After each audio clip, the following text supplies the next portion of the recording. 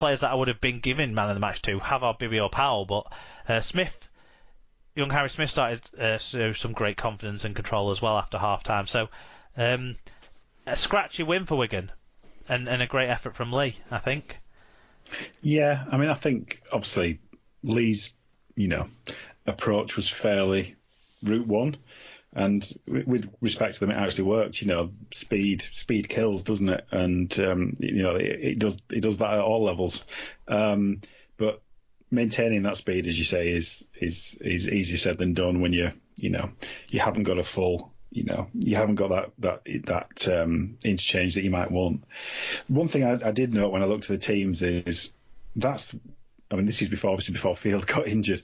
It's one of the least Wigan backlines or Wigan looking backlines I could ever remember, and the disparity between your forwards, potentially the best back three in terms of your back of your scrum, almost in the world, and then your backs are depleted is being kind, I would say. We've got two world-class second rowers, and both of them might play centre next week. That's where we're at. Yeah, you're in a bit of strait there, but it's your own fault for releasing blooming good players and keeping biscuits. But there you go. I've got to say, as the game kind of progressed, it did just feel like Wigan were getting a foothold. And when the last 10 minutes came around, I wasn't concerned about you losing the game. No. You were very much in control at that point. You were kind of keeping it very conservative, but obviously Lee were looking particularly fatigued at that point and didn't really look like they were going to score, even though they were only 2 points behind. But they'll be happy with the effort. But Derek might want to be a bit more considered in his celebrations next time. You got to say though, Ben Helliwell's try deserved a lot of celebration. That was probably the try of the game. It was really good work up the middle to make the break, to find the kick, to get the space, and Helliwell's chase was really, really impressive. Well, now if Wigan had their full steam back line where they had quick players rather than sluggish players, then maybe it wouldn't have been so straightforward. But you've got to credit the play, and it was fantastic play. I think the other bit of fantastic play I thought was Harry Smith's play for the Bullock try. I thought he was really good at getting a ball flat-footed and assessing his options, finding a way to get through and put his man through for the score. But we've got to talk about what the fuck was Ryan Briley doing from Hardacre's run. Another kick straight to Hardacre in space with a sluggish defensive line that he was able to burst through pretty easily, and a really good run from Hardacre. But Hardacre almost... Braley did nothing to stop him, and Hardacre gave him the chance to stop him. Thankfully, Bibby was supporting and was able to get to the line and score the try that Hardacre bombed almost. But what were those two doing there? Braley had his back to him, and then Hardacre ran into him. They were having a little dance. It was weird. Yeah. Yeah, but, I think it's one you got away with, I would say. But yeah, they all count at this time of the year. But certainly one of the more exciting games of the weekend, definitely. Another game that was filled with excitement and highlight reel, Alan. Saturday. Yeah, Saturday started with Leeds playing away at Headingley against Wakefield. It finished Leeds 28, Wakefield 22. It was the same margin at half-time, 22-16 at half-time, and Scott Michalauskas was the man in charge. So errors were the most decisive factor with Wakefield, losing the count 17-9. Other than that, Leeds edged the meter stats, but Wakey edged the tackling stats. So individually, for Leeds, Jack Broadbent with a try and 141 metres. Luke Briscoe with a try assist, 140 metres. Brad Dwyer with a try, 125 metres. And Alex Sutcliffe also with a try and 123 metres. For losing Wakefield, Tom Johnston, as usual, 2 tries and 256 metres. Bill Tupu, 183 metres, 4 offloads. David Fafita, 101 metres, and Matty Ashurst with a try and 42 tackles with no misses. Yeah, more fan views on this one. Yeah, the first one comes from Sarah McKenzie. Good old Scoot. Said, I thought with the injuries, Leeds would steamroller Wakey, but actually by the end, I think Wakey will look back and feel they lost 2 points. Leeds got some favourable bounces of the ball and decisions. Another good game, though, and I like the look of Mason Lino. Will be interesting to see how he and Miller go. John Hamilton says, good energy from the forwards and happy with the response to Wakefield's dominant patches. The makeshift backline struggled defensively in parts, but also showed some good attacking moves. On the prior ball strip, wasn't TJ touch judge complaining because the tackle was complete rather Tom than Johnston. Tom Johnston, sorry. Complaining because the tackle was complete rather than 2 men in. Anyway, what a long-range try from John Stone. The first one. I think both. Why quibble? Josh said, a back-and-forth first half with an arm wrestle second. Pleased Leeds got the win, but with either team could have pinched that game. Zane was strong, but not too impressive, but room to grow as the season goes on.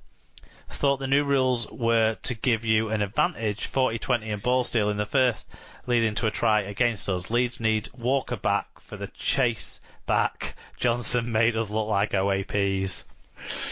Rich Wilkinson says, good win in round 1 for Leeds. We gifted Wakey a couple of tries and squandered good chances. However, we still look good with the ball, and our defence looked clinical for the most part. With Broadbent, Newman and Sutcliffe times 2, there's no way Hurrell should be getting re-signed on a marquee deal. It's popular though, Rich. People buy wigs and stuff. Pop the Viking said, a good performance from Wakefield with some great long-range tries. Leeds just about had the edge over a gritty Wakefield. And Dr. Bob says, caught the second half after returning from Belgium and ended up more stressed than I've been in a long time. I'm confused. Why was he in Belgium? Maybe he's bringing vaccines back. I don't know. Yeah. Maybe he's been raiding Pfizer factories. I'd forgotten just how good Tom Johnston is and delighted in our Broadbent debutant. Even though his interception try save and last minute's move could have gone Alton Field 2013.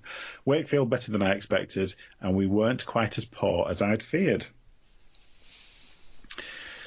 So, let me get to my notes on this one.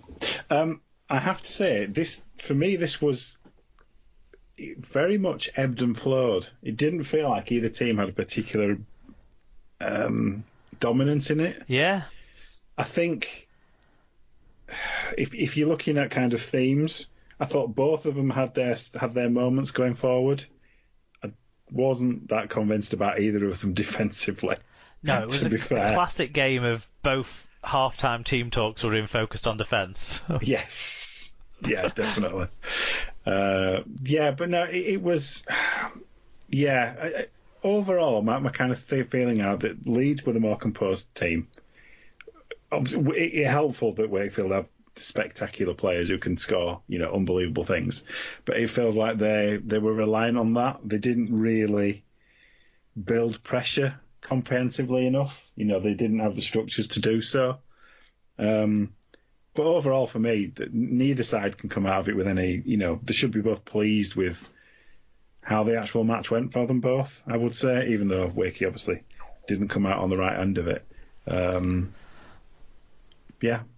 all I had, really. Sarah touched on Mason Lino. I thought he seemed a more composed player than I was expecting, which I think offers promise for Wakefield, but isn't the only...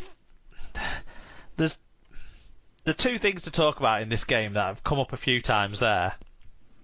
Tom Johnston and Jack Broadbent. Okay. They were the two things that stuck in my head after the game. Broadbent looked Super League ready. That's exciting that we've got another young outside back who can play in our competition and looks class. And Tom Johnston, why is this guy not like a household name? Yeah, he can just do freaky shit, can't he? And we can all say Tom Briscoe was utter shite on defending him, but really, that first try, just the way he set him up for the right at the very start, the little, I'm going to come inside because I don't want to get pushed into touch. No, I'm not. Fuck off. And then, I'm going to have to find someone to pass it to. No. And the extra wheels he had to pull clear away from Myler after Myler had kind of done a good job of giving the defenders a chance, hypothetically, a chance to catch up from behind, but they didn't have anywhere near the gas of Johnston. No, it was distinctly impressive. He's definitely still got his wheels, even with these kind of injury problems that he's had before. He doesn't appear to have lost any pace, does he? No, he doesn't. I'm struggling to think of who played that well for Leeds other than Jack Broadbent. I don't know, really. As I said, they all had their moments. So, Dwyer off the bench. Dwyer off the bench is what I was thinking. Yeah. But then he always does that. He always comes on and looks incredibly impressive. You get a bit bored of saying it, but you're completely right about Broadbent. It's fortunate that you can call upon academy players and can kind of come in and do a job when you're struggling. It's a good position to be in, frankly. Yep. So yeah. Second game on Saturday was, the tenseless finish. Catalans 29, Hull KR 28. It was 18-4 for Catalans at half time, and basically this game was done. I'm sure it was done. It got out to 28-4 after 50 minutes, and we all thought it was definitely done. It was definitely finished then, yeah. James Child was the referee. In terms of the stats, Ledrax made 165 more metres at 1.2 metres per carry better average gain, but then more errors, 13-9, and more penalties, 7-2, as well as a yellow card. Those stats demonstrate the lack of discipline that helped make this one so nail-bitingly close in the end. Individually, for the Catalan Dragons, Tom Davies 192 metres, Fuad Yaha with 2 tries and 153 metres, Sam Tompkins with 2 try assists, 122 metres and 3 successful offloads, and Ben Garcia in his first game as the captain, a try, 48 tackles, 111 metres led by example. For the Hull Kingston Rovers, they will be delighted that Super League Ryan Hall turned up rather than NRL Ryan Hall. 3 tries and 160 metres for the returning wingman. Yeah, I'm going to say not bad for a second rower. No. No, he did. He did look good. He really did. So, fan reviews. Scoot says, early on in this game, I didn't see this finale. Well, I don't think anyone did. Rovers were very fortunate with some interesting calls. Another good game, and great to see young French players coming through. Alan Walker said, rank, to be honest. At 28-4 up, you ice the game, not go cold. Reckon we had private jet lag, even though it was a home game. We must have a big house then, and we don't want a home ref either. We don't get a home ref either. Busky better take a few more out if he's going to get carded. Good to see young. It is I Liguere get a try though. Morg's break sets Maloney at the death, and 2 points is 2 points. Macca again says, a really good game. Definitely doubled in being good because of how biased the referee was to Rovers. I thought Catalan's new full-back was very good, and maybe the yellow card was a bit unfair. I did think Rovers led with the arm a bit.